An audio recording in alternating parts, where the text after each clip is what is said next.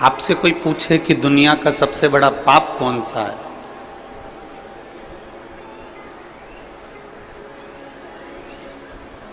शिव महापुराण की कथा कहती है कि दुनिया का सबसे बड़ा पाप कौन सा है। दुनिया का सबसे बड़ा पाप है अपने आप को कमजोर समझना। यह दुनिया का सबसे बड़ा पाप। आप यदि अपने आप को कमजोर समझ रहे हो कि मेरे से ये नहीं हो सकता, मैं नहीं कर सकता, मेरे बस का नहीं है, तो आप दुनिया के सबसे बड़ा पाप कर बैठे।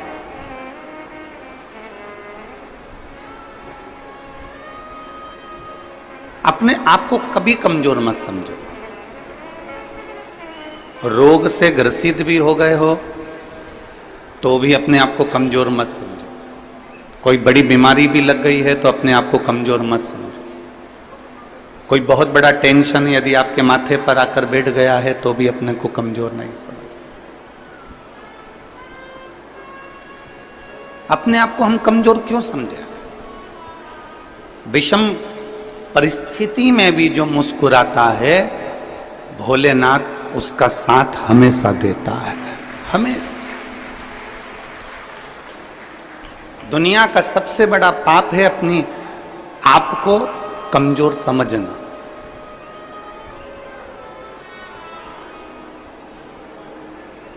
आप अपने आप को जिस दिन कमजोर समझना चालू कर लें तो समझ लेना कि आप पापी हो गए। हम अपने आप को कमजोर क्यों समझे? घर में कई बुजुर्ग माताएं ऐसी रहती हैं, कई बुजुर्ग पिता ऐसे रहते हैं, कई भाई मेरी जीजियां मेरे जीजा लोग ऐसे रहते हैं, कई बेटी बेटा ऐसे रहते हैं जो कहते हैं अब तो हमारा समय आ गया, अब हमारे बस का कुछ नहीं। मतलब अपने आप को तुम कमजोर समझ रहे हो।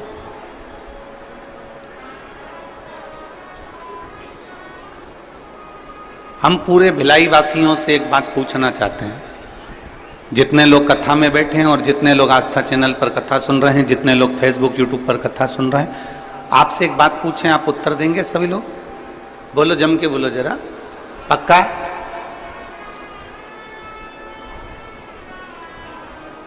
घर में आपको सुबेरे जल्दी उठना है,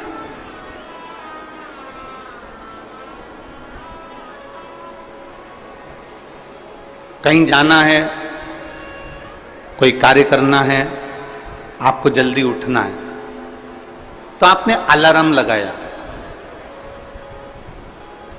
मान लो 4 बजे का लगाया या 5 बजे का लगाया या 3:30 बजे का लगाया।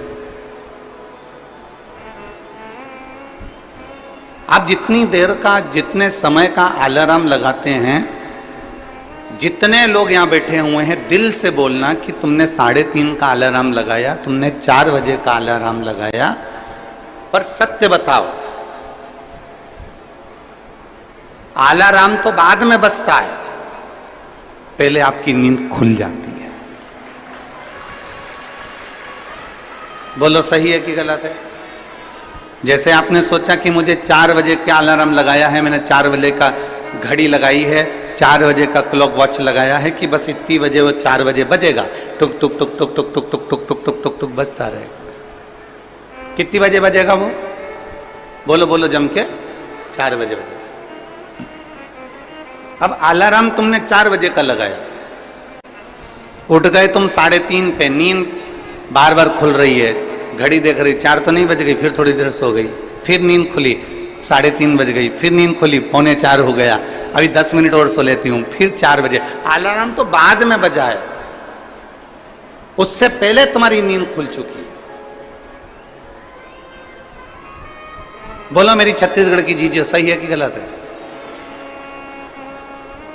अब तुमने अलार्म भर लिया 4 बजे का, 4 बजे का, 4 बजे का, 4 बजे का, और उठ कितनी बजे रहे हो? 3:30, 3:45, 3:30, 3:45, अलार्म भरा 5 बजे का, उठ कितनी बजे रहे हो? तो वो उठने का समय तुम्हारा जल्दी हो गया।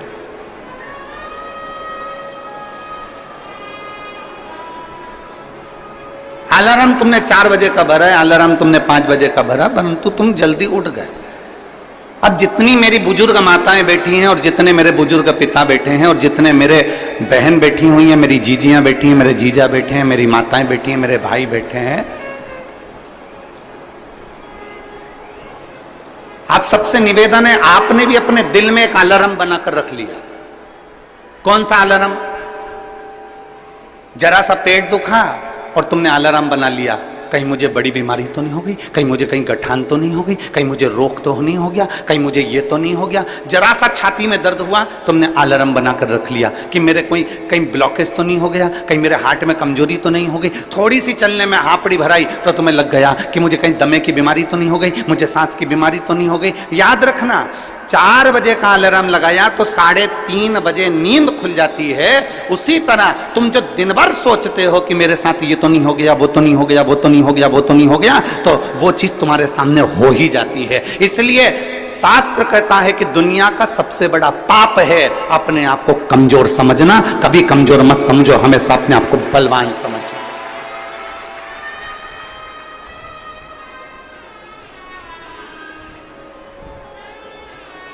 पेट दुखा, तुरंत तुमने सोच लिया कि कोई मेरे पेट में तकलीफ हो गई। छाती दुखी, मेरे को तकलीफ हो गई। सिर दुखा, मेरे को तकलीफ हो गई। आंखों में प्रॉब्लम हो गई। हो सकता है प्रकृति है, चलता रहता है, कभी अच्छा आता है, कभी बुरा आता है। कोई जरूरी नहीं है कि सारे रोग तुमको ही हो जाएंगे, सारी बीमारी तुमको ही हो जाएगी। पर तुमने सोच लिया। जांच कराने जा रही हो ना, तो सबसे पहले सोच के जा रही हो, मुझे ऐसा लग रहा है कि कहीं बड़ी बीमारी के चांस ना हो जाए। मतलब तुमने वो घड़ी भर ली है, तुमने वो अलार्म भर लिया।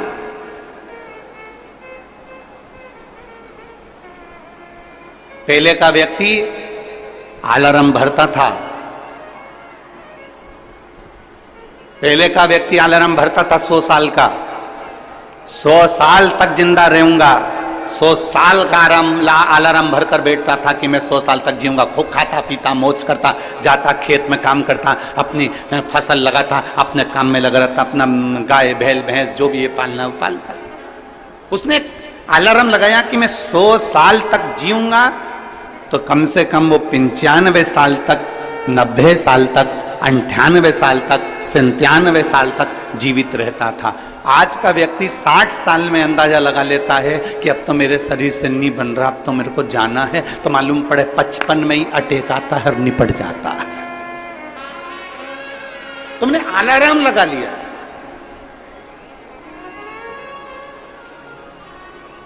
दुनिया का सबसे बड़ा पाप है अपने आप को कमजोर समझे। क्यों कमजोर समझे हम? आप अपने आप को इतना प्रबल समझिए, आप अपने आप को इतना बोल्ड समझिए कि आपको लगे अगर छोटी मोटी बीमारी आ भी गई तो मैं निपट लूंगी, मैं निपट लूंगा। बोल बम का नारा है। आ गई अगर थोड़ी बहुत तकलीफ आई, थोड़ी बहुत अगर कष्ट आया तो है बाबा बेटा, मेहनत करेंगे, परिश्रम करेंगे, देखा जाएगा। और शंभु शरने मांगू घड़ी रे घड़ी, दुख काटो दया करीने दर्शन आपो। शंभु शरणे पड़ी मांगू घड़ी रे घड़ी, दुख काटो दया करीने दर्शन आपो। आप कमजोर क्यों समझे? आप हिम्मत क्यों हारे? कई माताएं कह देती है हमने 1 बार पशुपतिनाथ का व्रत करा, हमने 2 बार पशुपतिनाथ का व्रत करा, हमने 3 बार पशुपतिनाथ का व्रत करा और हमने, हमारी बाबा नहीं सुन रहा। आपने हिम्मत हार ली, आप अपने आप को हिम्मत हार गए। एक पत्र है,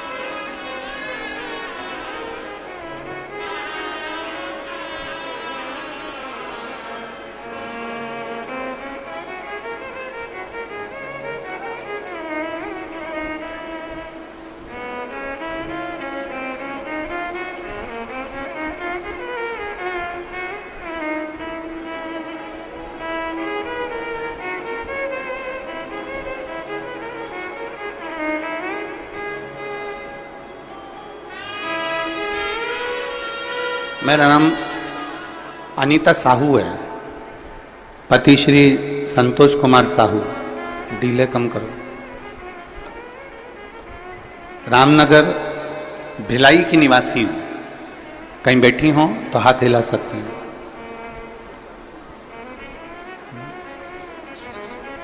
अच्छा, जहां भी बैठे हो हाथ हिला दो और आ जाओ, एक बेलपत्र ले जाना। आ जाइए। मेरा नाम अनीता साहू है, पति श्री संतोष कुमार साहू है। रामनगर भिलाई। मोबाइल नंबर मेरा ये है। एक लोटे जल का मैं क्या वर्णन करूं। 2023 मई में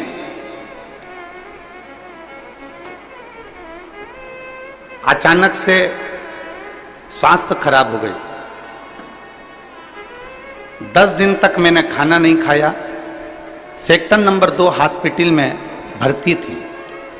सोनोग्राफी MRI में पता चला कि लीवर में 9 mm का एक गठान और कैंसर हो गया।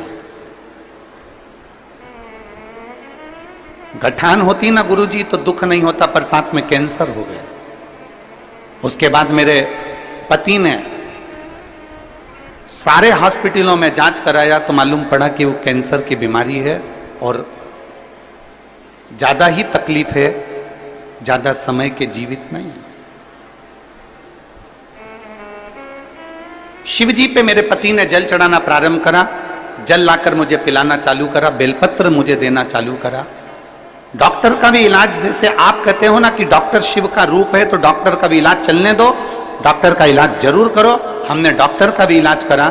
डॉक्टर ने दवाइयां दे दी, पर डॉक्टर का कहना था कि इसका ऑपरेशन सफल हो ना हो वो पता नहीं। अब करें तो करें क्या। डॉक्टर कहते हैं कि अब तो उस ईश्वर पर भरोसा। मेरे पति ने भी आपकी कथा पर भरोसा करा और मैंने भी आपकी कथा पर भरोसा करा। सीहोर गए, रुद्राक्ष लाए, उस रुद्राक्ष को तांबे के कलश में गलाते, उस पानी को शिव जी को चढ़ाकर पीना चालू करा। करते करते 1 महीना पूरा हो गया। 1 महीने के बाद जब हम डॉक्टर को दिखाने के लिए गए तो जो 9 mm की कैंसर की गांठ थी वो 5 mm की हो गई थी।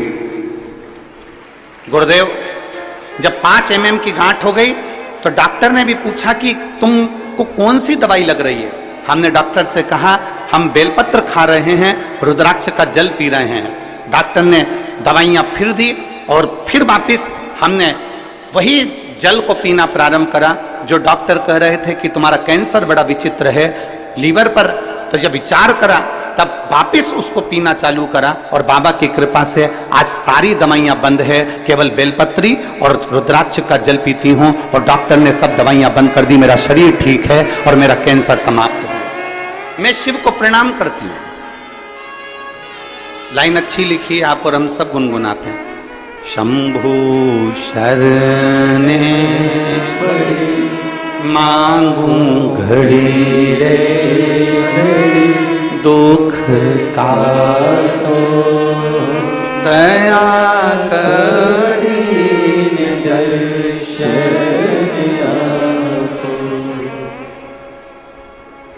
एक विश्वास शिव के प्रति जागृत हो।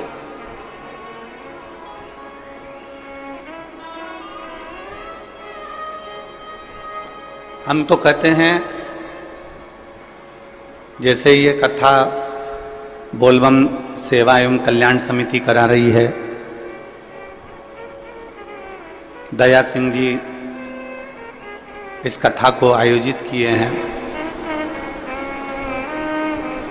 अमलेश्वर में कथा हुई, साहू जी खंडेलवाल जी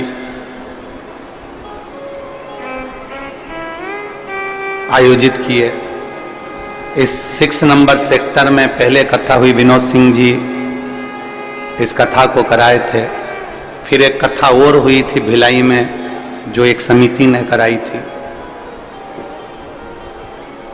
ऐसे कई हम कहेंगे कि जो कथा के आयोजक होते हैं ना, जो कथा करवाते हैं, हम उनको धन्यवाद देना चाहते हैं। कम से कम आपके कराई हुई कथा से ना जाने कितनों की बीमारियां और कितनों के दुख और कितनों के कष्ट ठीक हो जाए। थोड़ा मेहनत तो आपकी लगती है, पर आपके परिश्रम से ना जाने कितनों को लाभ मिल जाता है, कितनों को।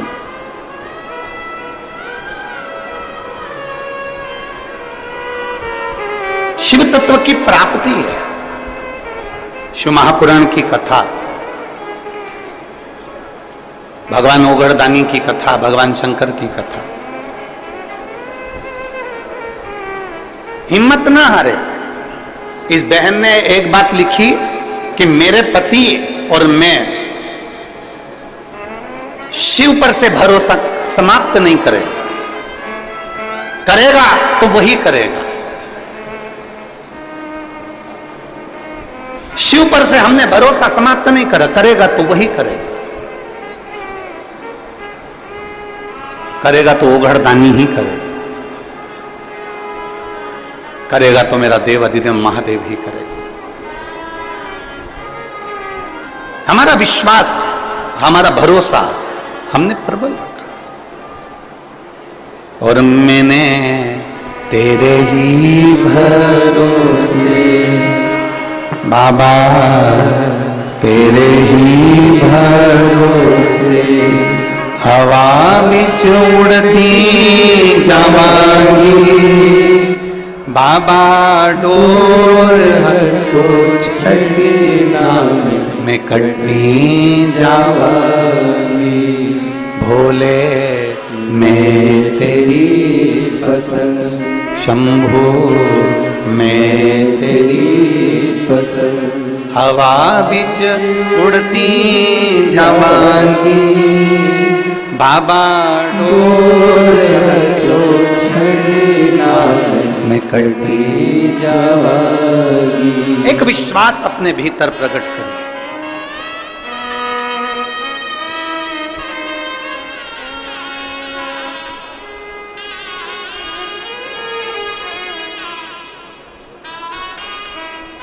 बेटा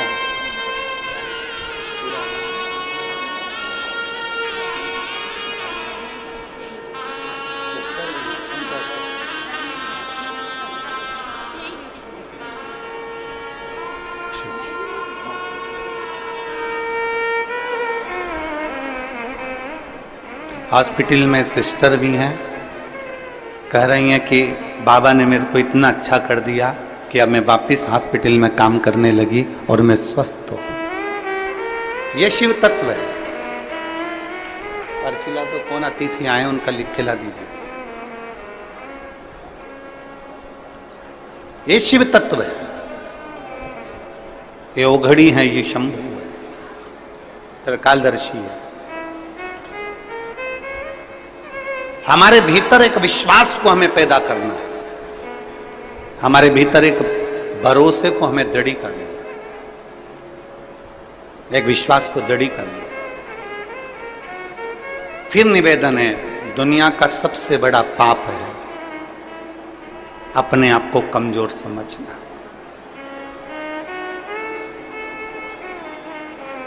पार्वती मैया जब बाल्यावस्था की थी तब साधना में माता पार्वती जी डूबी रही।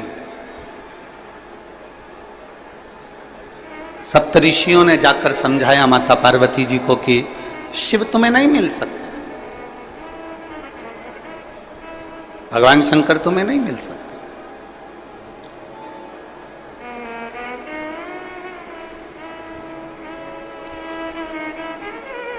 बहुत परीक्षा ली गई माता पार्वती जी की, बहुत। और पार्वती जी की बारंबार परीक्षा ली गई, बार बार परीक्षा ली गई, बार बार परीक्षा ली गई, पर माता पार्वती जी हिम्मत नहीं आ रही। पार्वती जी खुद को कमजोर नहीं समझी। उनको मालूम था कि अगर मैं शंकर को जप रही हूं, मैं शिव को भज रही हूं, मैं भगवान शंकर का गुणगान कर रही हूं, मैं शिव तत्व को जान रही हूं, तो ये पार्वती जी के मन में एक भाव उत्पन्न हो गया था कि मुझे शिव मिलेंगे जरूर, मुझे ओगड़दानी मिलेगा, मुझे मेरा महादेव मिलेगा।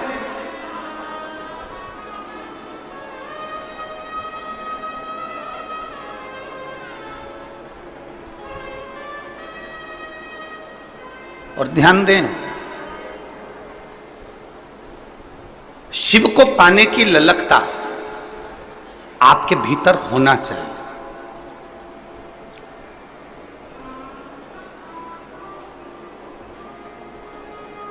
हम फिर निवेदन करेंगे कि अपने भीतर एक ऐसा तत्व, अपने भीतर ऐसा समर्पण, अपने भीतर भगवान की अविरल भक्ति को अपने भीतर ऐसा समाहित कर लो कि एक ना एक दिन ऐसा आए कि मेरा शिव तुम्हारे सम्मुख में आकर खड़ा हो जाए और तुम्हारे को दर्शन देकर जाए। इतना अपने आप में बल उत्पन्न कर दो।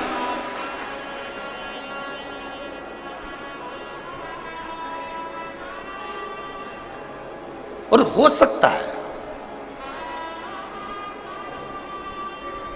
हम आपसे पूछें, अभी चीटा देखा है? चीटा बोलते हैं कि मकोड़ा बोलते हैं? यहां पे क्या बोलते हैं, चीटा की मकोड़ा? अरे जम के तो बोलो, चीटा ना। चीटा जब जन्म लेता है तो उसमें पंख रहते हैं क्या? जम के बोलो जरा। नहीं रहते। चीटा जब जन्म लेता है तो उसमें पंख नहीं रहते, पर चीटा अपने कर्म में लगा रहता है, अपने कार्य में लगा रहता है और कर्म करता रहता है, कार्य करता रहता है, करता रहता है, करता रहता है, करता रहता है, करता रहता है। धीरे धीरे धीरे धीरे चीटे में पंख आ जाते हैं। देखे आप लोगों ने चीटे में पंख? चीटा जन्म लेता है जब उसमें पंख नहीं होते हैं, चीटे में पंख नहीं रहते हैं, पर चीटा अपना कर्म करता रहता है, कर्म करता रहता है, तो चीटे में पंख आ जाते हैं, चीटे में पंख उत्पन्न हो जाते हैं और वो चीटा भी उड़ने लगता है। जरा विचार करना, चीटा अपना कर्म करता रहता है तो एक दिन परमात्मा उसको भी पंख लगा देता है, और यदि आप अपने कर्म के प्रति जागरूक हो जाएंगे तो वो परमात्मा आपको भी पंख लगाकर आगे बढ़ा है, आपको अपनी मंजिल तक पहुंचा देगा।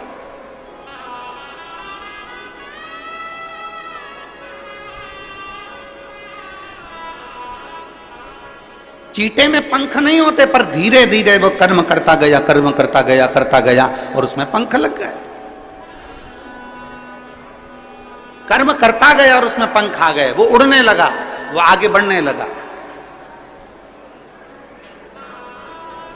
आप अपना कर्म करिए,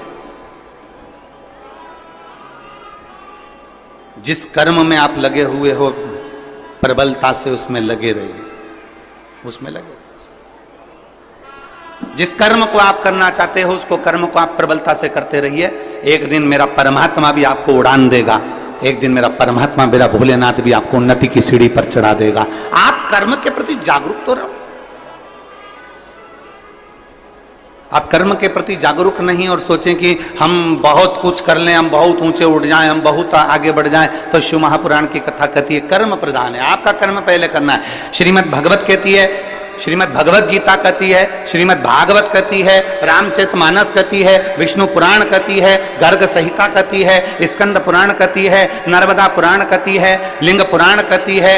ऐसी कोई पुराण नहीं जो कर्म की प्रधानता नहीं बताती। प्रत्येक पुराण कर्म प्रधान है और प्रत्येक पुराण कहती है कि आप अपने कर्म में जागरूक रहिए, आप अपने कर्म में प्रबलता बनाकर रखिए।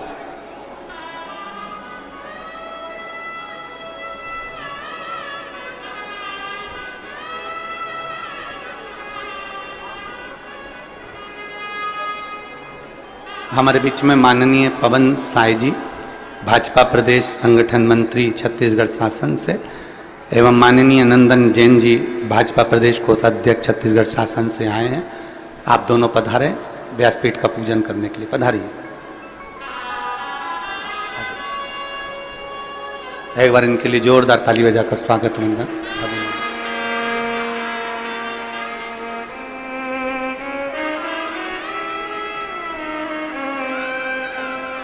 एक चीटे में भी पंख आ सकते हैं, बस उसमें कर्म की लगनता होना चाहिए।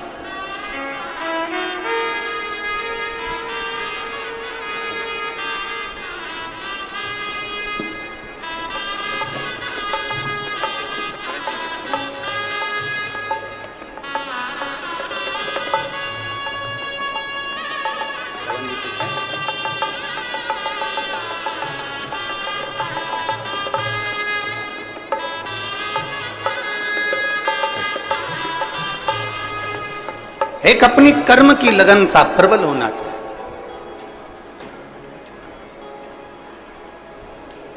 और जब हमारे कर्म की लगनता प्रबल होगी तो हम अग्रणता की ओर बढ़ेंगे।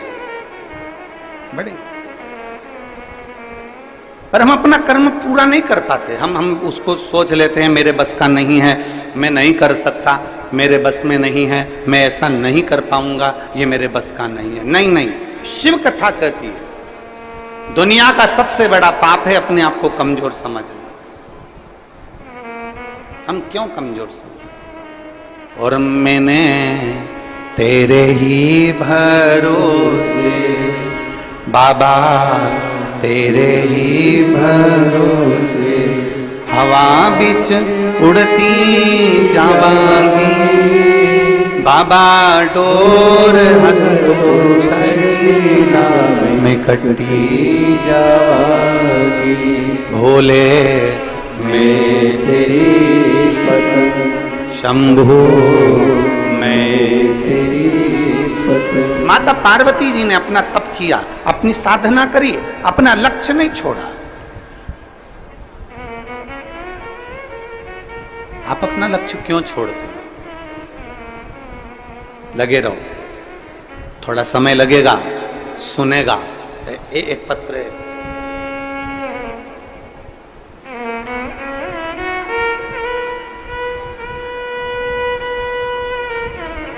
मैं राजकुमारी यादव, पति श्री शांतिलाल यादव, पोरिया कला, पुरानी बस्ती, वार्ड नंबर 54, दुर्ग की निवासी हूं। आप ही हैं? श्री शिवाय नमस्ते। एक लोटे जल का मैं क्या वर्णन करूं? आ जाओ, बेलपत्र लेकर चले गए।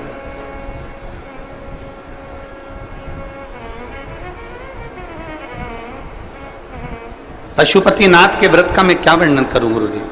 मेरी भतीजी जिसकी शादी को 17 साल हो गए थे, 17 साल से उसके घर में संतान का सुख नहीं था। ऐसी कोई जगह नहीं जहां हम हमारी भतीजी को लेकर नहीं गए, और 17 साल उसको हमने हर जगह हर डॉक्टर को दिखाया, टेस्ट बेबी भी करवाया, पर संतान का सुख नहीं आया। हमने हमारी भतीजी को पशुपतिनाथ का व्रत का वर्णन किया और उसको सफेद आंकड़े की जड़ का वर्णन किया। मेरी भतीजी ने 3 बार पशुपति व्रत करे पर संतान का सुख नहीं आया। चौथी बार पशुपति व्रत करे पर संतान का सुख नहीं आया। तब मेरी भतीजी ने सोच लिया कि अब मैं पशुपति व्रत भी नहीं करूंगी, अब मैं शिव को नहीं मानूंगी। तब उसके पति स्वयं कहे कि तू एक बार और कर। वो सियोर वाला महाराज कहता हिम्मत मत हारना, बाबा देगा जरूर। 5वीं बार पशुपति व्रत करा और बाबा की कृपा ऐसी हुई कि बाबा की कृपा से 15/7/2024 को मेरी भतीजी के यहाँ 17 साल के बाद संतान की प्राप्ति, जिसका फोटो में लगा रही हूं। फोटो को आप लोग LED पर देख सकते हैं। 17 साल बाद मेरे भतीजी के यहाँ संतान की प्राप्ति। अर्थात वही कथा जो अभी चल रही है कि दुनिया का सबसे बड़ा पाप अगर कुछ है तो अपने आप को कमजोर समझ। हम हिम्मत क्यों हारे?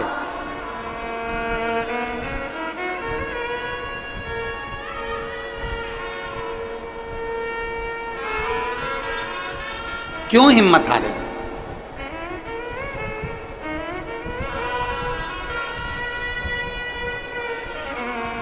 आप लोग पशुपतिनाथ का व्रत करते हो? कौन कौन ने करा? जरा हाथ उठाओ तो। आ जाइए, आ जाइए, आ जाओ, आ जाओ, जल्दी आओ, जल्दी आओ, जल्दी आ जाओ।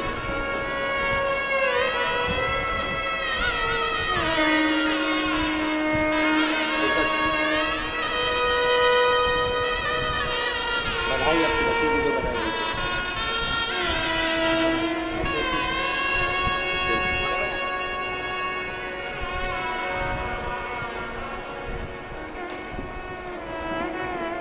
कितने लोगों ने पशुपति व्रत किया? बहुत बढ़िया, रख लो, रख लो।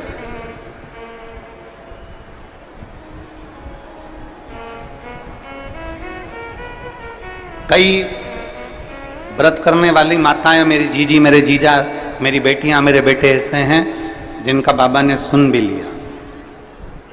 और कई ऐसे भी हैं जिन्होंने 1 व्रत 2 व्रत 3 व्रत करे होंगे और बाबा नहीं भी सुने।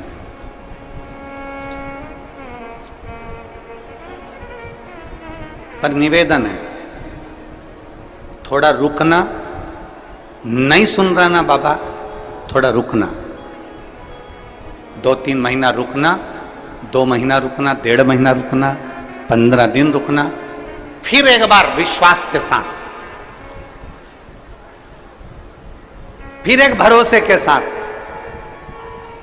टीवी पर शिव महापुराण की कथा सुनना, मोबाइल पर कथा सुनना, यदि पंडाल में मिल जाए तो पंडाल में सुनना, और उस दिन से फिर नियम बना लेना कि बस मैंने कथा सुन ली है, अब मैं विश्वास रखकर 5 व्रत मेरे पशुपति नाथ के फिर करूंगी, और मेरा भरोसा कहता है मेरा शंकर मेरी झोली खुशियों से भरेगा। फिर विश्वास।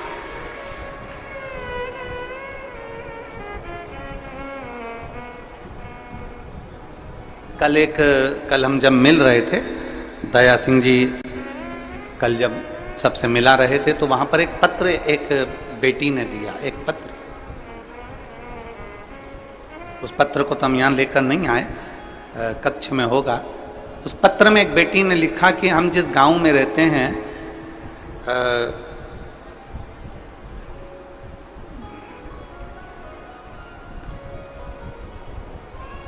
उसने उसके गांव का नाम भी लिखा था कोई। हम उस गांव में जहां हम रहते हैं वहां पर जितने भी हमारे साथ वाले हैं, जितने भी हमारे साथ में मंदिर जाया करते थे, देवालय, पूर्व की बात बता रहे हैं गुरुजी, जब जाया करते थे तो धीरे धीरे धीरे धीरे उन्होंने मंदिर जाना बंद कर दिया और दूसरी जगह जाना चालू। अब मंदिर जाने वाले कम हो गए थे और दूसरी जगह जाने वाले, रविवार को जाने वाले ज्यादा हो गए थे।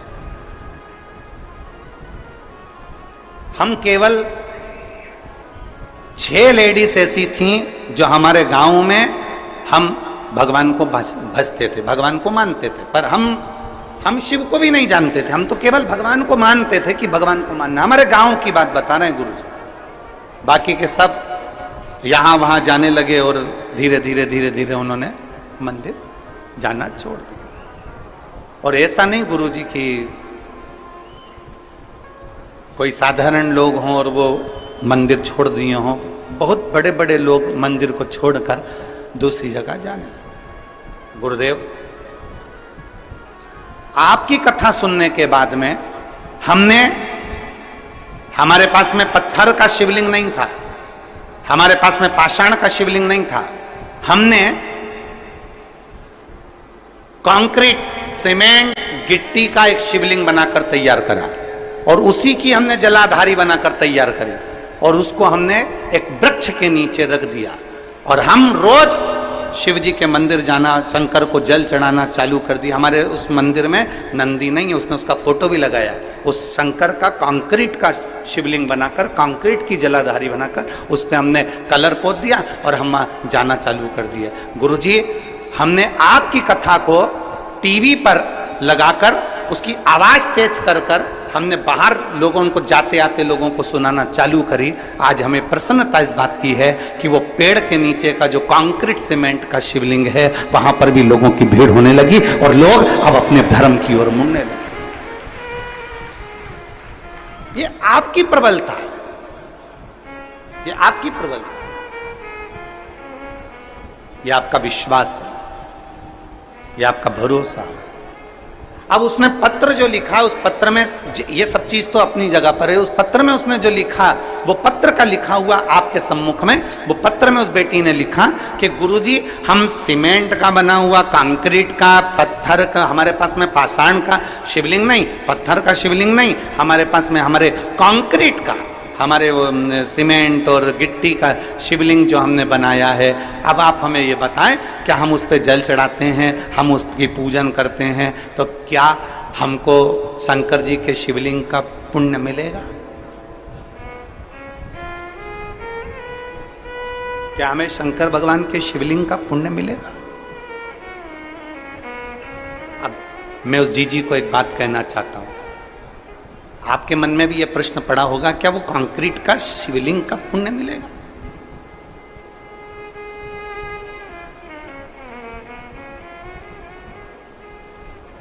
पहले तो मैं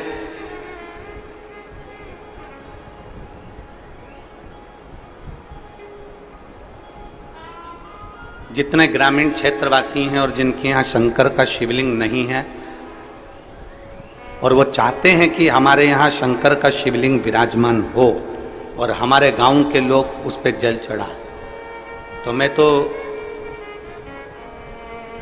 ये जितनी समितियां यहाँ पहले कथा करवा चुकी हैं, चाहे वो दया सिंह जी हैं, आपको भी कहूँगा, और पीछे के जितनी समितियां पूर्व की भी हुई हैं, और आसपास अमलेश्वर और हमारे क्षेत्र में जहाँ जहाँ हमने कथा करी है, एक ऐसा छत्तीसगढ़ में एक ऐसा स्थान नियुक्त किया जाए कि अगर किसी ग्रामीण में भी अगर शिवलिंग की जरूरत हो तो ओमकारेश्वर से या ममलेश्वर से या नर्मदा के तट से एक कंकर का भले छोटा सा शिवलिंग लाकर दिया जाए, जिससे वो गांव में पूजन होने लगे और उस गांव की आनंद। हम दया सिंह जी आपको भी कहेंगे, ये आने वाले समय में इस चीज की व्यवस्था होना चाहिए, और जितने प्रयास बनेगा हमसे भी, इस शरीर के द्वारा जितना प्रयास बनेगा, जितने शिवलिंग हम भेज सकते हैं उतने शिवलिंग भी हम भेज देंगे। बहुत प्रयास करेंगे जिससे गांव गांव में आज लोग जो धर्मांतरण हो रहा है, गांव गांव में लोग इधर उधर भटक रहे हैं और इधर उधर जा रहे हैं, वो सब बचकर भगवान शंकर की शरण में जाना प्रारंभ करें। ऐसा प्रयास किया, साधुता बहुत बहुत। अब प्रश्न यहां अड़ गया कि वो सीमेंट का, वो कंक्रीट का शिवलिंग पर हम जल चढ़ाएंगे, वो कंक्रीट के शिवलिंग पर हम जल चढ़ाते हैं, वो कंक्रीट के, उस सीमेंट के शिवलिंग पर हम जल चढ़ाते हैं, तो क्या हमें वो पुण्य मिल सकता है? तो मेरा उस जी से निवेदन है, एक बहुत सुंदर कथा हमारी शिव महापुराण में आती है, एक बहुत सुंदर कथा हमारे यहाँ हमें सुनने को मिलती है, आप उस कथा का स्मरण करिएगा। भानु नाम का एक छोटा सा बच्चा था, बहुत छोटा सा बच्चा, भानु नाम था। पिता थे नहीं, मां अकेली, पिता नहीं है, अकेली मां है, और वेधव्य मां अकेली। भानु का पालन पोषण कर रही है, खूब अच्छे से उसको रख रही है, खूब अच्छे से उसको खिला रही पिला रही, जितना बन सकता है उससे सेवा करती। सुंदर दृष्टांत है। वो बेटी अगर यहां बैठकर कथा सुन रही हो या टीवी पर कथा सुन रही हो कि कंक्रीट के शिवलिंग को हमने बना दिया और पूरा गांव वहां जाना चालू कर दिया, तो क्या उसका पुण्य मिलेगा कि नहीं मिलेगा? हमको हमारे खाते में पुण्य जाएगा कि नहीं जाएगा? वो बात मूल है।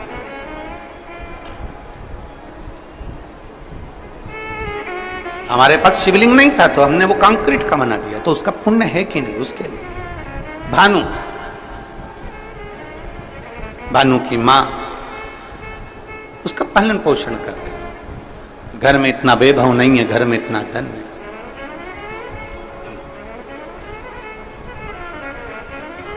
एक बात आज फिर कहते हैं,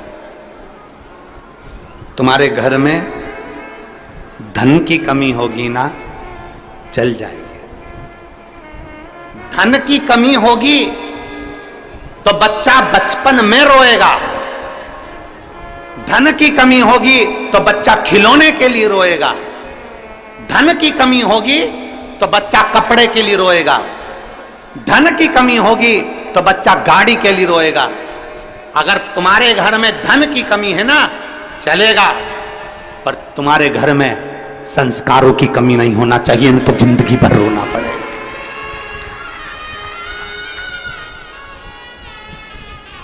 घर में अगर धन की कमी है तो चल जाएगा, 2 रोटी कम खाओगे, रूखी खाओगे, सूखी खाओगे, चल जाएगा, बचपन निकल जाएगा, जवानी निकल जाएगी, पर संस्कारों की कमी नहीं होना चाहिए।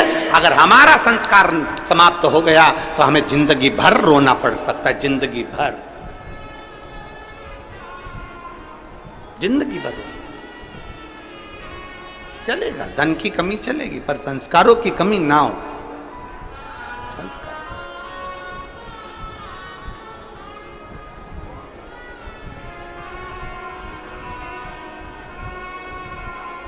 और जितना बन सकता है अपने संस्कारों में कोई कमी ना है।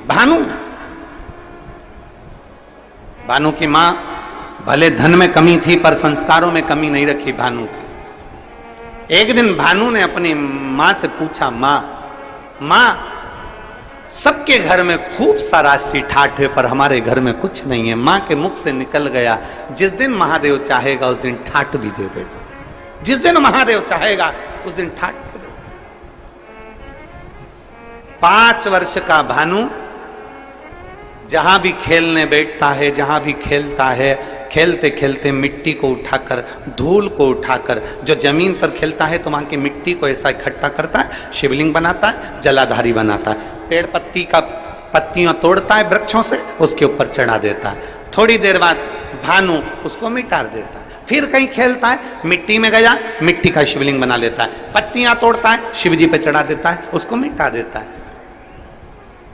4 छोटी छोटी डंडियां लाकर खड़ी करता है, उस पे झोपड़ी बनाता है, उसके अंदर एक मिट्टी का शिवलिंग बना लेता है, उस पे पत्तियां लाता है, तोड़कर चढ़ा देता है। ये केवल भानु की कथा नहीं, ये आपकी और हमारी भी कथा है। बचपन में कई बेटियां, बचपन में कई बेटे, बचपन में छोटे छोटे लड़के, सोमवार आता है, मंगलवार आता है, बुधवार आता है, गुरुवार आता है, ऐसे कई दिन, कोई शिवरात्रि, कोई सावन का महीना आता है, छोटे छोटे बच्चे डंडियां लाते हैं तोड़कर, छोटी छोटी डंडियां तैयार कर कर उस पर छप्पर डालकर उसमें मिट्टी का शिवलिंग बना लेते हैं, उसका श्रृंगार कर देते हैं, उसके ऊपर पत्ता पत्ती लाकर चढ़ा देते हैं। कई लोग हंसते हैं, बताओ कैसा मूर्ख है, कैसे इसमें अकल नहीं है, छोटा सा बच्चा है, इसने ऐसा कर लिया। घर के अंदर वो भगवान की पूजन करता है, छोटा सा बच्चा।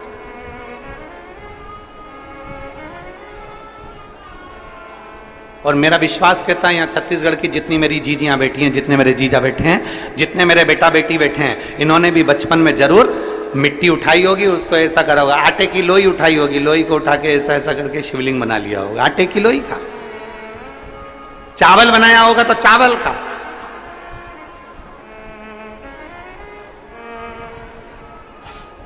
बोलो बोलो, सही है कि गलत है? बचपन में खेलते समय मिट्टी का, धूल का, पत्थर का, आटे का, जो मिल जाता था उसका हम शिवलिंग कई बार बना लेते थे। कितना सुंदर कहा इस दृष्टांत के अंदर कि भानु मिट्टी का शिवलिंग बनाता, मिटा देता, जो मिल जाता उसको, धूल मिल जाती धूल का बनाता, मिटा देता।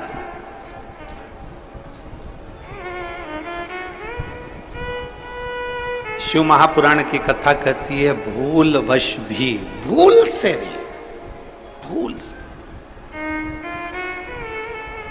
कितना सुंदर कहा। कई बार बादल देखते हैं ना, बादल, कई बार बादल देखते हैं तो बादल में भी शिवलिंग का दर्शन होता है। कई बार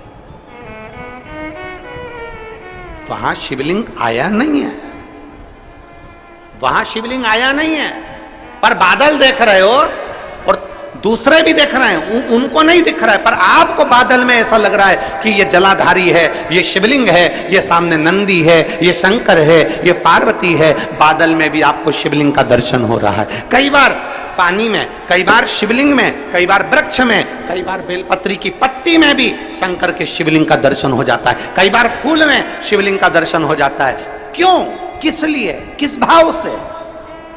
तो हमारे यहां दृष्टांत सागर कहता है, अगर तुम्हारी नेत्रों से तुम्हें बादल में, जल में, थल में, पाषाण में, मिट्टी में, धूल में भी अगर भूल से भी तुमने शिवलिंग का निर्माण करा है या दर्शन करा है, तो तुम्हें तुम्हारे खाते में एक शिवलिंग के निर्माण का पुण्य तुम्हारे खाते में जुड़ जाता है और उसका फल तुम्हें मृत्यु के पहले प्राप्त जरूर होता है।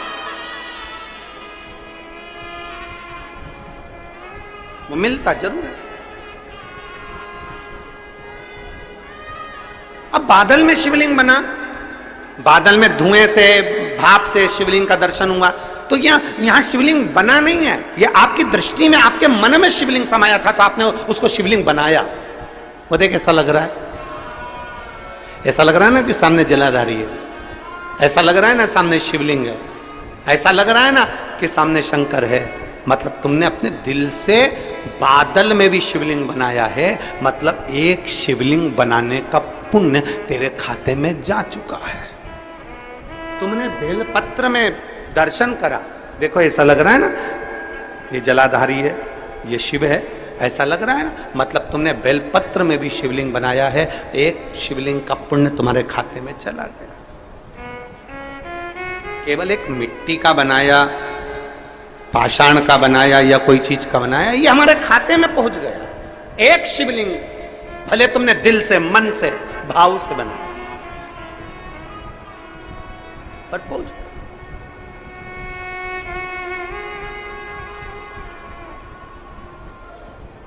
निर्माण अपने दिल से किया गया। महाराज कितना सुंदर कहा किसी ने कि आर्थिक स्थिति ठीक हो ना हो,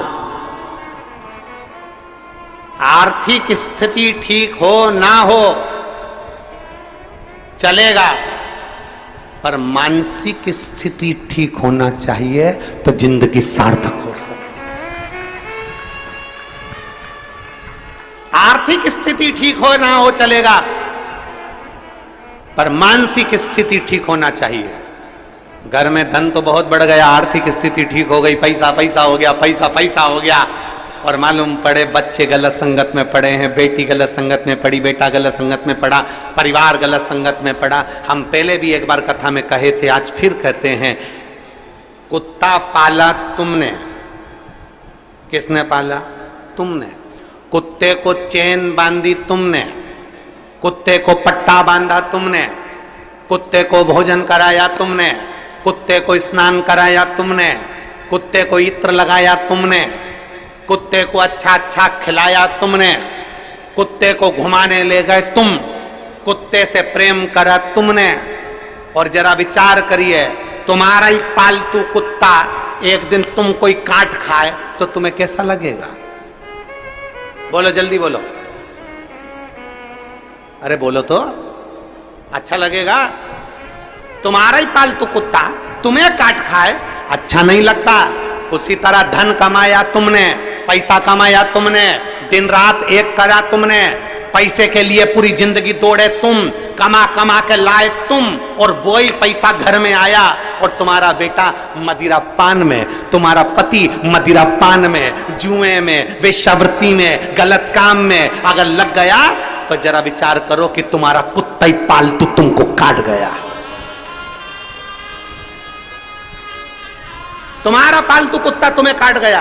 जरा विचार करिए, तुम्हारे कमाए धन को अगर तुम वेश्यावृत्ति में लगा रहे हो, तुम्हारे कमाए धन को तुम जुए में लगा रहे हो, तुम्हारे कमाए धन को तुम मदिरा में लगा रहे हो, तुम्हारे कमाए धन को तुम गलत जगह पर लगा रहे हो, तो समझ लेना कि तुम्हारा पालतू कुत्ता तुम्हें काट रहा है। तुम्हारा कुत्ता तुम्हें काटे ये अच्छी बात नहीं है।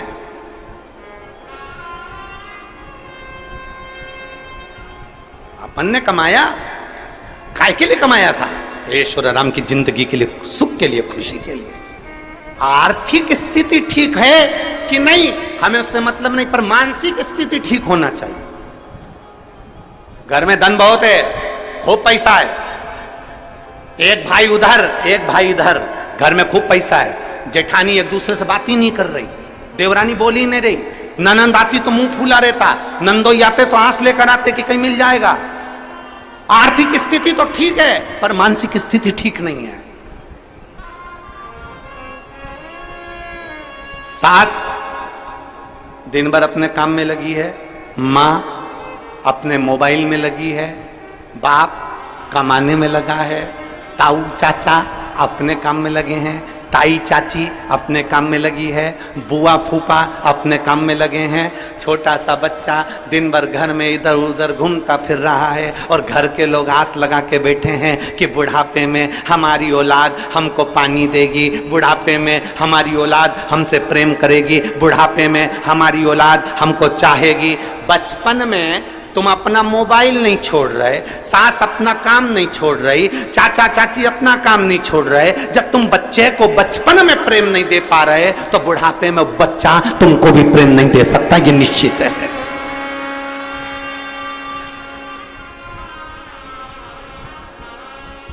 सुबेरे 7 बजे का बच्चा स्कूल जाता है, कितनी बजे स्कूल जाता है? बोलो बोलो, तुम बोलो।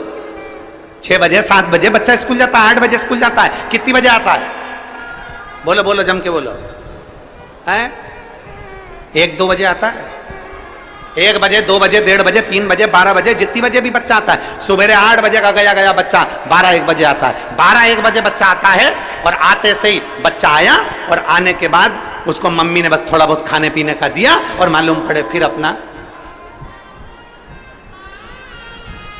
फिर वापिस वो मोबाइल माँ लेकर अपने कमरे में चली गई, लेट गई, सो गई, अपने कमरे में अपना मोबाइल में मस्त हो गई। बच्चा क्या कर रहा है? दादी अपने कमरे में, दादा अपने कमरे में, बुआ अपने कमरे में, चाचा अपने कमरे में, चाची अपने कमरे में, ताई अपने कमरे में, और बच्चा दिन भर क्या कर रहा है?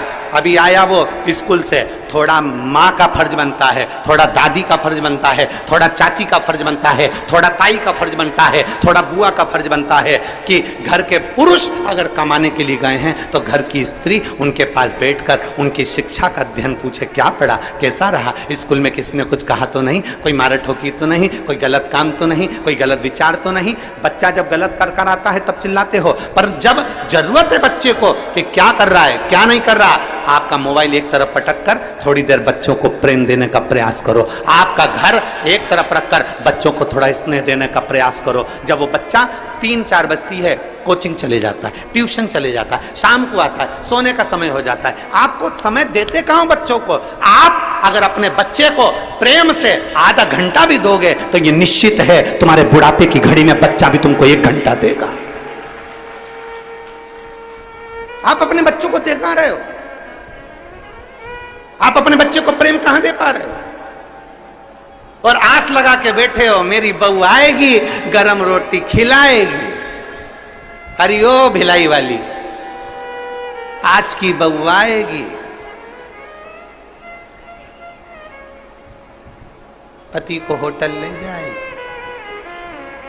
खुद खाएगी और तेरे को ठेंगा दिखाएगी। आस मत रखिए।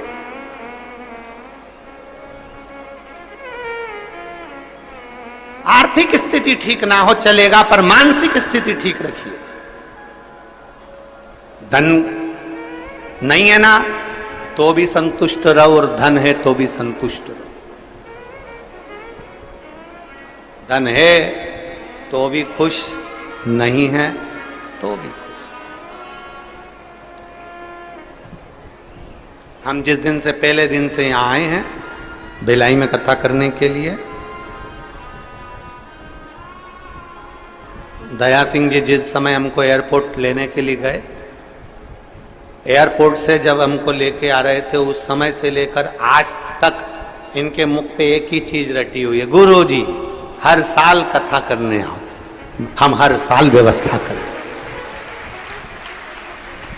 ऐसा एक दिन नहीं गया है कि इन्होंने, इस व्यक्ति ने एक बार भी अगर छोड़ दिया हो, ऐसा कोई दिन नहीं गया। रोज एक ही बात, गुरुजी सावन का महीना या कोई भी महीना आप दे दिया करो, साल में एक बार हमारे भिलाई वासियों को शिव महापुराण की कथा सुनने को मिल जाए। बस प्रयास साधुता आया, ऐसा प्रयास।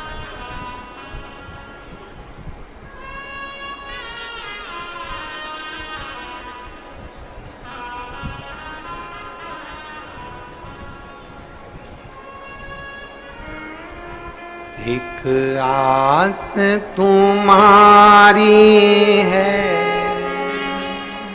विश्वास तुम्हारा,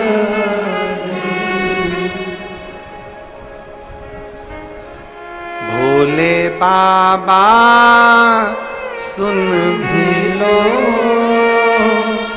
ये मेरी कहानी,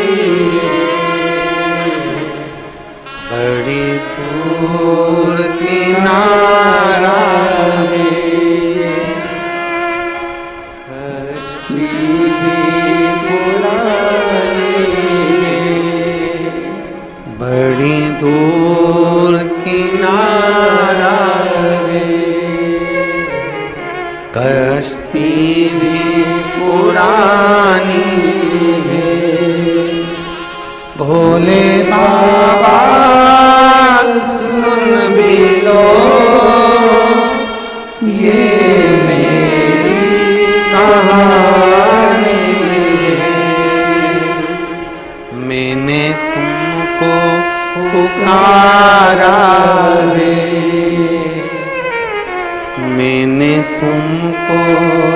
पुकारा है।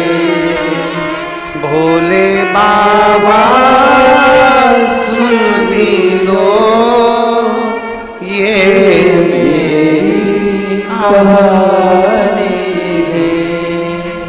बड़ी दूर किनारा है कश्ती भी पुरानी मेरे बाबा सुन भी लो ये मेरी कहानी। आर्थिक स्थिति कैसी भी हो पर मानसिक स्थिति कमजोर नहीं करना। मानसिक स्थिति कमजोर। समझ में आ रहा है मेरी जीजियों, बेटियों, बेटाओं, मेरे जीजाओं, मेरी माताओं, मेरे भाई? घर में थोड़ा धन की कमी होना चलेगा पर मन की कमी नहीं होना चाहिए। मानसिक स्थिति कमजोर नहीं होना चाहिए। साईं इतना दीजिए जामे कुटुम मैं भी भूखा ना रहूं। द्वार पर जो आए वो भूखा। क्या मांगा हमने भगवान से? इतनी कृपा करना कि दरवाजे पर कोई आए तो भूखा ना जाए।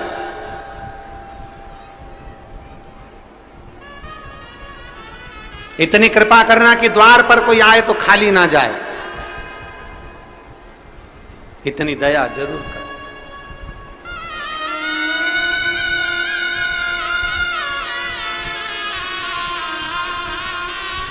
हमारे बीच में श्री तोषेंद्र साईं जी माननीय मुख्यमंत्री। जिस नारी के बच्चादानी के अंदर अगर गर्भ में गांठ हो गई है या बच्चादानी के अंतर्गत कोई भी परेशानी उसके जीवन में आ गई है कि डॉक्टर बोल रहा है कि आपकी ये ऑपरेशन कराना ही पड़ेगा, तो हम इस निवेदन को जरूर करना चाहेंगे कि प्रयास करिएगा। देसी गाय जब गोबर करे, पोटा करे और वो सूख जाए,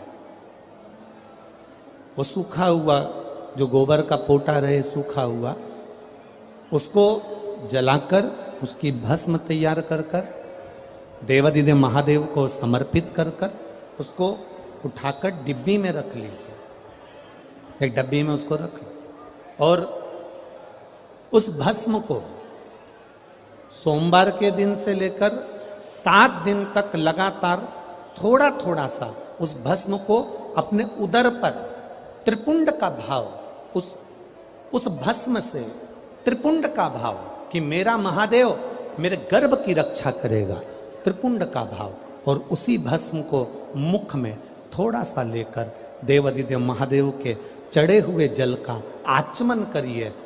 जो गर्भाशय में जो भी तकलीफ होगी मेरा देवादिदेव महादेव उसको अच्छा कर दे। गर्भस्थ तकलीफ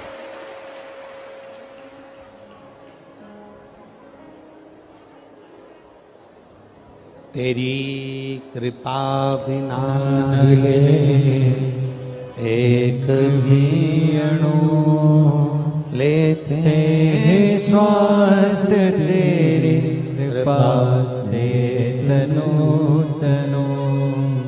हे गंगाधर मुक्ति द्वार ओमकार तू, भोले ओमकार तू। आयो शरण तिहार शंभो तार तार तू। गर्भस्थ, गर्भ में अगर आपके गर्भाशय में अगर कोई तकलीफ है तो वो गाय के गोबर की, देसी गाय के गोबर की भस्म हमारे जीवन को सुख दे रहे। और भी अच्छे से समझ लो, मान लो आप त्रिपुंड का भाव भी नहीं रख सकते, उदर के ऊपर त्रिपुंड भी नहीं बना सकते, तो केवल भस्म को लेपन ही आप गर्भाशय पर अगर करेंगे तो बाबा उस पर भी कृपा करता है। ऐसा नहीं, शिव तत्व है। सारी समस्या का हल एक लोटा जल।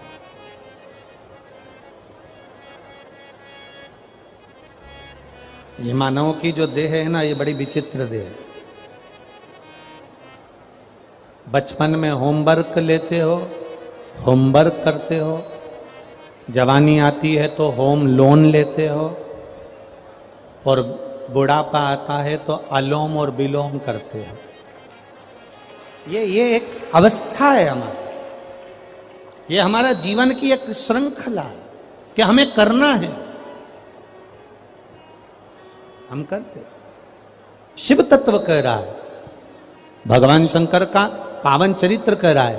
एकांबरेश्वर महादेव कांचीपुरम में, तमिलनाडु में, भारत की भूमि पर दुनिया के सबसे विशाल मंदिरों में, जो विशाल मंदिरों की गणना होती है, उन विशाल मंदिरों में सबसे बड़े मंदिर की गणना में कांचीपुरम का, ये तमिलनाडु का मंदिर एकांबरेश्वर महादेव का आता है। एकांबरेश्वर, जहां पर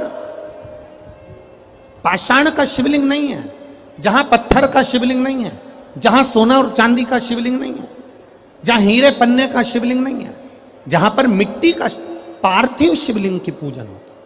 अब जरा विचार करिएगा, गुरुजी क्या बात कर रहे हो? ये पार्थिव शिवलिंग, मिट्टी का शिवलिंग, जहां एकांबरेश्वर महादेव के मंदिर में पूजा जाता है, वहां क्या वो शिवलिंग मिट्टी का फटा नहीं होगा? क्या उसमें दरार नहीं पड़ी होगी? क्या वो मिट्टी का शिवलिंग बेकार नहीं हुआ होगा? हम जब पार्थिव शिवलिंग का निर्माण करते हैं, तब उस समय उसमें हम बहुत से पदार्थ डाल देते हैं। आप कुछ डालें ना डालें, दो चीजें मिट्टी के अंदर अवश्य डालें। एक मक्खन या दूध या गाय का, जम के बोलो, घी, और दूसरा भस्म। ये दो चीजें क्यों डालना चाहिए? कि शिवलिंग अच्छा बनेगा, शिवलिंग पक्का रहेगा, दरार नहीं पड़ेगी, उसके लिए डालना चाहिए क्या? ना ना ना, पार्थिव शिवलिंग का निर्माण करने वाले दो चीजों का स्मरण अवश्य रखें।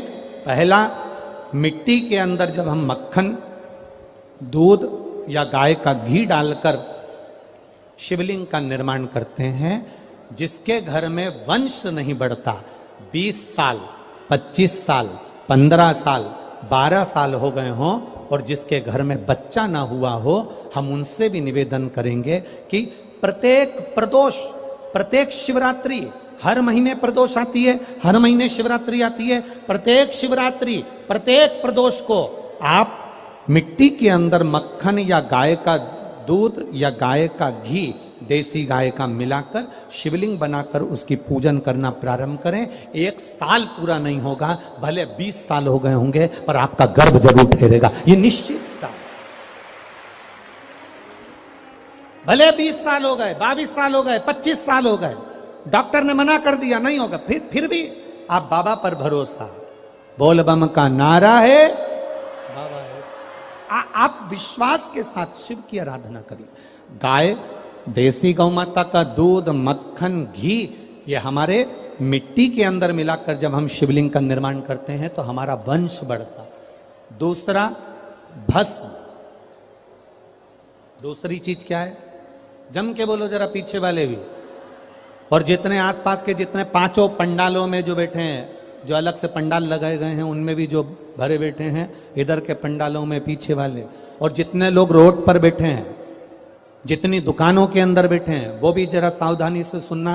ये पार्थेश्वर शिवलिंग कथा आपको बाद में नहीं मिल पाएगी, बड़े ध्यान से सुनना। ये अपनी जिंदगी बनाने के लिए मां पीताम्बरा ने अपने धाम में करवाई है, अपने जीवन को कृतार्थ करना।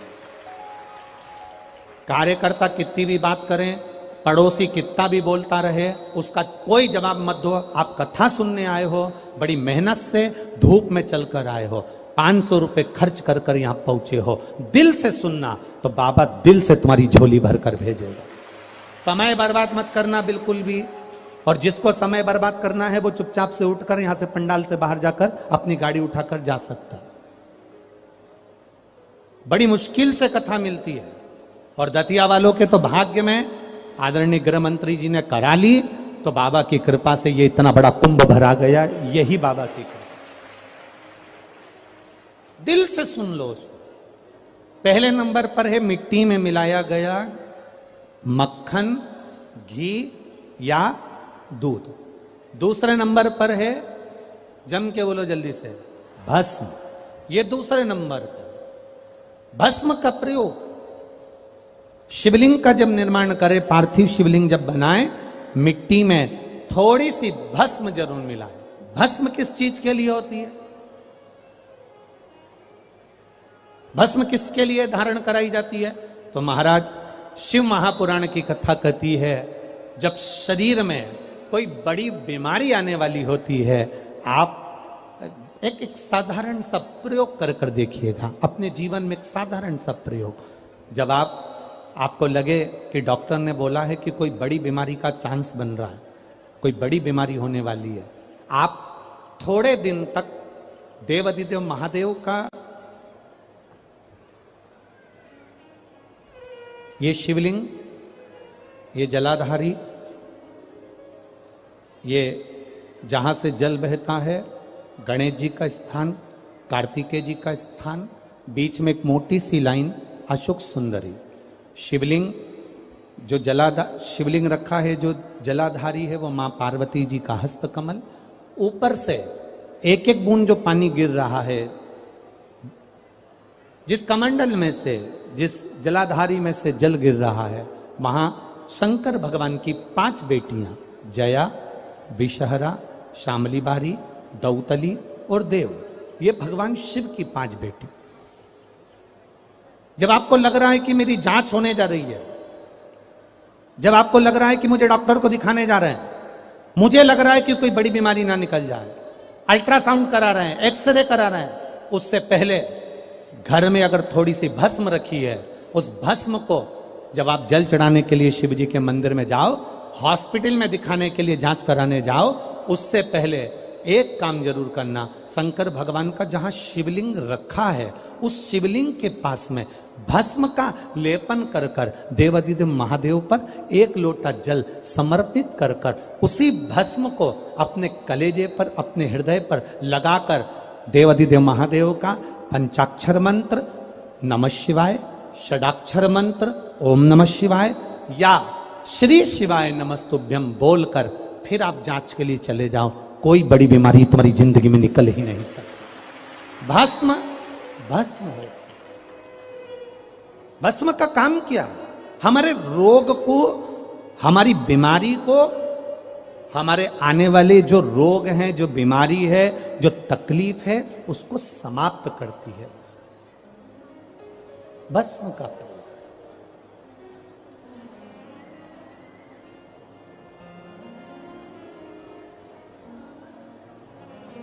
शिवलिंग का निर्माण कर रहे हो, पार्थिव शिवलिंग का, उसमें थोड़ी सी भस्म हमारी बीमारी को हर लेती है, थोड़ी सी भस्म हमारी तकलीफ को हर लेती है। भस्म का प्रयोग।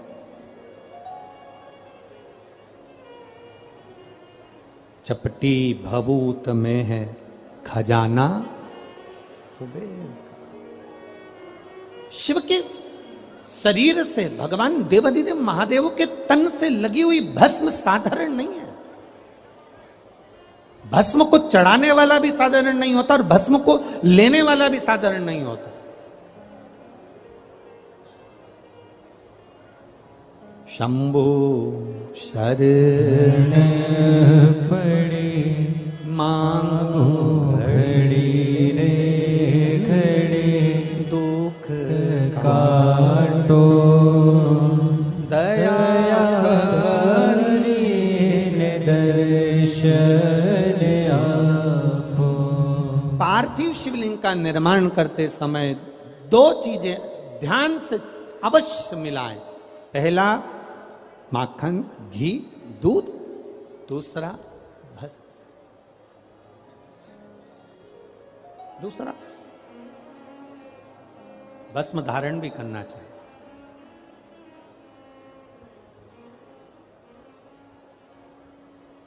आज हम सुबह जब 10 बजे सबसे मिल रहे थे तो एक भाई ने, अब वो कौन था हमें नहीं मालूम, उसने हमसे जाते जाते एक प्रश्न किया, गुरुजी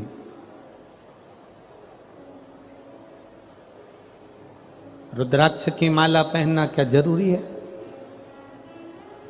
तुलसी की माला पहनना क्या जरूरी है?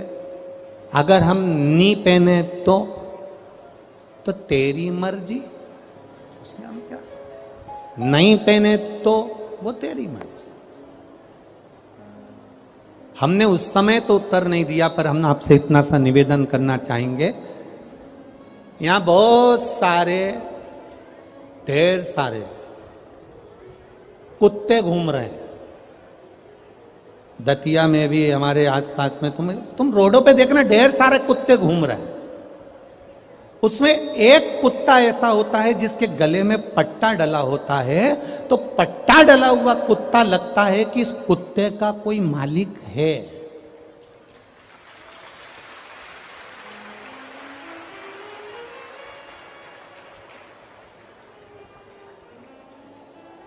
भैंस देखो बहुत सारी मिलेगी, भैंस के गले में अगर पट्टा डला हुआ है, डोरी बंधी है, तो भैंस का कोई मालिक, बोलते जाओ रे दतिया वालों, भैंस का कोई मालिक है। ढेर गाय घूम रही है, पर जिस गाय के गले में रस्सी बंधी है, डोरी बंधी है, पट्टा डला है, तो गाय का कोई मालिक है। और तुम्हारे गले में अगर रुद्राक्ष या तुलसी की माला है, तो तुम्हारे शरीर का भी कोई मालिक है। और नी पहनो तो ढेर घूम रही है, उसमें कोई विशेष वाली बात नहीं। इस शरीर का मालिक कौन? जिसके गले में रुद्राक्ष नहीं होता, जिसके गले में तुलसी की माला नहीं होती, वो लावारिसों की गिनती में आता है। वो मालिक नहीं होता उसका, वो लावारिस की गिनती में आता है। तुम्हारे गले में एक रुद्राक्ष होना चाहिए, एक रुद्राक्ष की माला हो या तुलसी की माला हो, तो तुम्हारे इस शरीर का आखिरी में मालिक वो मेरा देव अधिदेव महादेव, या मेरा राम, या मेरा कृष्ण, या मेरा नारायण होगा। इस शरीर का मालिक है। वो छोरा यहीं बैठा है, मैं उसको देखूंगा नहीं, बस निवेदन करूंगा कि आप उस माला को पहन सकते। आपका मालिक कौन है? कौन?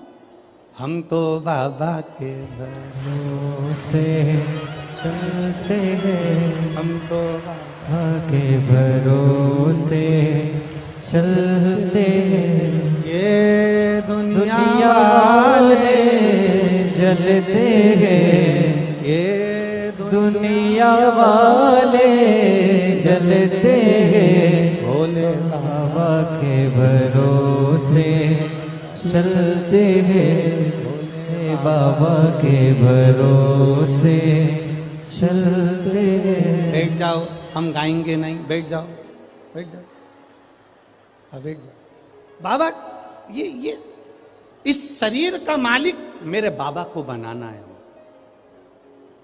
अंत समय प्रभु आना पड़ेगा, वचन दिया तो निभाना पड़ेगा। वो निभाने को तैयार बैठा है, मना नहीं करेगा मेरा देव अधिदेव महादेव। तुम्हारी दुख की घड़ी में, तुम्हारी तकलीफ की घड़ी में, तुम्हारे कष्ट की घड़ी में वो आने को तैयार बैठा है। पर दतिया में राशन की दुकान से उसी को मिलता है जिसके पास में आधार कार्ड हो और जिसका वो पीली डायरी, लाल डायरी, हरी डायरी में नाम हो। अब ईमानदारी से बोलो, वोट डालने का अधिकार किसको होता है? अब सीहोर का व्यक्ति आकर दतिया में वोट डाल सकता है क्या? अरे जम के तो बोलो रे, नहीं। दतिया का व्यक्ति जाके झांसी में वोट डाल लेगा क्या? नहीं। झांसी वाला झांसी में वोट डालेगा, दतिया वाला दतिया में वोट डालेगा, क्योंकि उसका आधार कार्ड यहां का बना है, तो वो यहां वोटिंग कर सकता है, यहां वो अपना नाम ला सकता है, यहां आकर वो कुछ भी ले सकता है। बस उसी तरह जैसे जेब में आधार कार्ड होगा तो ट्रेन में सफर कर लोगे, आधार कार्ड होगा तो बस में सफर कर लोगे, आधार कार्ड होगा तो फ्लाइट में सफर कर लोगे, और गले में रुद्राक्ष होगा तो बैकुंठ का सफर कर लोगे। ये निश्चितता। आप रखो ना अपने पास में।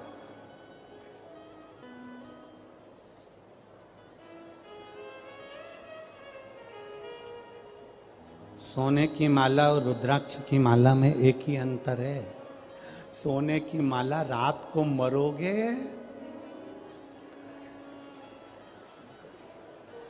इतना घूंघट डाल डाल के रो रो के निकाल लेंगी। नानी भाई का मायरा सुना है कि नहीं सुना? नानी भाई के मायरे में नरसिंह मेहता की दादी जय कुंवर बाई के प्राण छूटे, और नरसिंह मेहता की जो बड़ी भाभी थी वो दिन भर दादी को ताने देती थी, डुकरिया बैठी है, बूढ़िया बैठी है, मरती क्यों नहीं है, दिन भर ताने देती थी। नरसिंह मेहता को धक्के मारकर निकाल दिया था जिसने, अपनी देवरानी को धक्के मारकर निकाल दिया था वो नरसिंह मेहता की भाभी। जब सास मरी, दादी सास, तो उनसे गले लग लग के रो रही, इतना इतना घूंघट करके रो रही। जब दादी सास जिंदा थी तो पल्लू को यहां रखती थी, और जैसे ही डोकरी मरी, बूढ़ी अम्मा मरी, बूढ़ी माँ मरी, दादी मरी, उसने पल्लू को यहां रख लिया और गले लग के रो रही। नरसिंह जी ने अपनी पत्नी से कहा, मेरी भाभी कितनी रो रही है, कितनी रो रही मेरी भाभी। इतने में नरसिंह जी की पत्नी बोली, सही कह रहे हो, दिन भर गाली देती थी पर आज दुख भी सबसे ज्यादा इसी को हो रहा है। थोड़ी देर बाद गले लग लग के रोने के बाद जेठानी ने देवरानी से कहा, मैं पानी पी के आती हूं, तू रो ले, मैं पानी पी के आती हूं, तू रो ले। जो देवरानी रोने के लिए बैठी, उसने देखा जेठानी गले लग लग के इसलिए रो रही थी क्योंकि सास के कान में सोने की मुर्की थी, उसको दांत से कतर रही थी। सोने की जो मुर्की थी कान में, उसको दांत से कतर रही थी, और मुंह में धर के और चली गई, और पानी के मटके में डाल के आके अब कहने लगी, जल्दी ले जाओ, जल्दी ले जाओ। वाह वाह ये दुनिया मतलब की दुनिया में किसी का कोई नहीं। कौन तुम्हारा, कौन रिश्तेदार, कौन नातेदार, कौन कुटुंबी, अंत समय में कोई साथ ना देगा। जितना पहने हो आभूषण सब उतर जाना है। अंत समय में केवल जो रुद्राक्ष की माला तुम्हारे गले में है, जो तुलसी की माला तुम्हारे पास में है, वो अंत समय में वो ही आधार कार्ड है। उसको देखकर बैकुंठ और कैलाश का प्रवेश हो जाएगा। उसी को देख प्रवेश।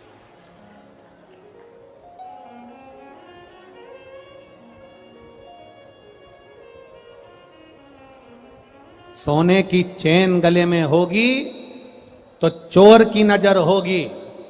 आप बहुत सुंदर होगे तो लुच्चों की नजर होगी। और गले में अगर रुद्राक्ष या तुलसी की माला होगी तो मेरे महादेव की नजर होगी। ये निश्चितता है, निश्चित। बोल बम का नारा है। आपके गले की माला, आपके गले का पड़ा हुआ एक रुद्राक्ष आपको परम धाम तक लेकर जाएगा, शिव तत्व तक लेकर।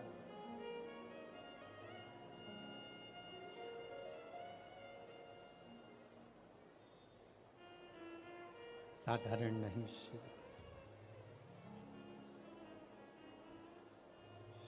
शिव साधारण नहीं। एक बार की बात है, शंकर भगवान से माता पार्वती जी ने कहा, प्रभु मेरा मन है, मेरा मन, बाबा एकांत में जाकर मैं तप करना चाहती हूं, मेरा मन है। शिव जी ने कहा जाओ। यही कांचीपुरम का जो तमिलनाडु क्षेत्र के अंतर्गत कांचीपुरम है, और वहीं पर एक आम के पेड़ के नीचे माता पार्वती तप करने के लिए बैठ गई। आम के पल्लव में, आम के पेड़ के नीचे। अब थोड़ा ध्यान देने वाला विषय है, थोड़ा ध्यान दीजिएगा। हो जितने भी बैठे हो बड़ा ध्यान देना।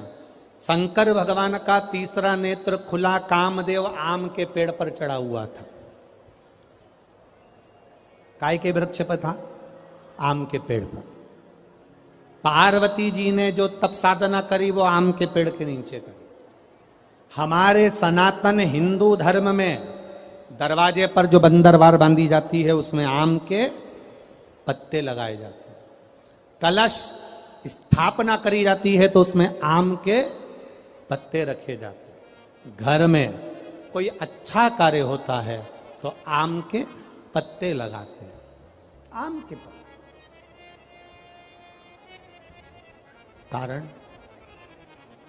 कारण क्या था? केवल एक कारण। देवाधिदेव महादेव ने जब कामदेव को भस्म करा,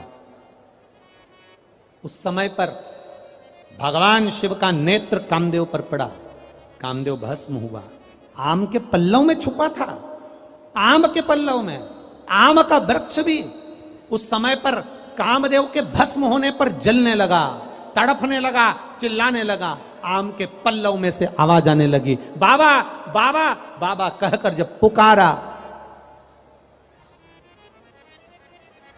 बाबा बाबा कहकर पुकारा, 2 बार आम के पल्लव ने कष्ट होने पर हर हर कह दिया।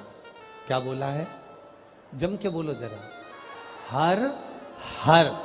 केवल 2 बार आम के पल्लव ने बोलना चाह रहा था, मैं हरा भरा हूं, हरा हरा हूं, और आपने मुझे जला दिया। हर हर बोला। शिव जी की दृष्टि पड़ गई।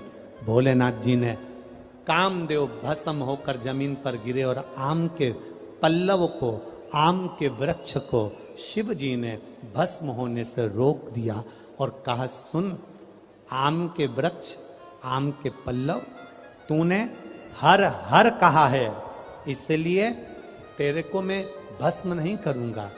तेरे ऊपर आने वाली जितनी बाधाएं होंगी वो सब नष्ट कर दूंगा।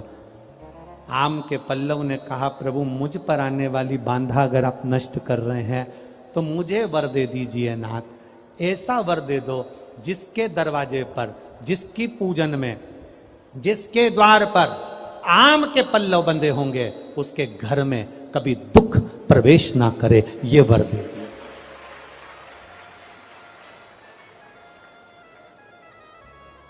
शिव मंदिर जाते हो आप लोग? सब लोग जाते हैं? हफ्ते में 1 बार का नियम बना लो, मुख से बोलने का, हर हर। ज्यादा बार नहीं बोलो तो हम तो पहले बोलते थे, ऐसा नहीं कि हम कथा में नहीं बोलते थे, हमारी आदत थी, हम पहले कथा में बोलते थे, दीन बंधु दयालु दया कीजिए, जो दोनों हाथ उठाकर हर हर महादेव नहीं बोले उसको उठा लीजिए। हम ऐसा बोलते थे, हमारी आदत में था, और लोग हाथ उठाकर बोलते थे। पर कई लोगों ने पत्र लिखे कि गुरुजी आप कहते हो कि हर हर महादेव बोलिए, नहीं तो भगवान उठा लीजिए। हम केवल इतना सा कहना चाहते हैं कि आप ऐसा बोलना बंद कर दो, क्योंकि हम हेडफोन लगा के कथा सुनते रहते हैं और गाड़ी चलाते रहते हैं। अब हम 2 व्हीलर गाड़ी चला रहे हैं और तुमने कह दिया दोनों हाथ उठाकर जो हर हर महादेव नहीं बोले तुम उसे उठा लीजिए। अब हमको गाड़ी खड़ी करना पड़ती है, फिर चिल्ला के बोलना पड़ता है हर हर। तो जितने लोग खड़े रहते हैं वो हमको ही देखते रहते हैं, पागल हो गया है।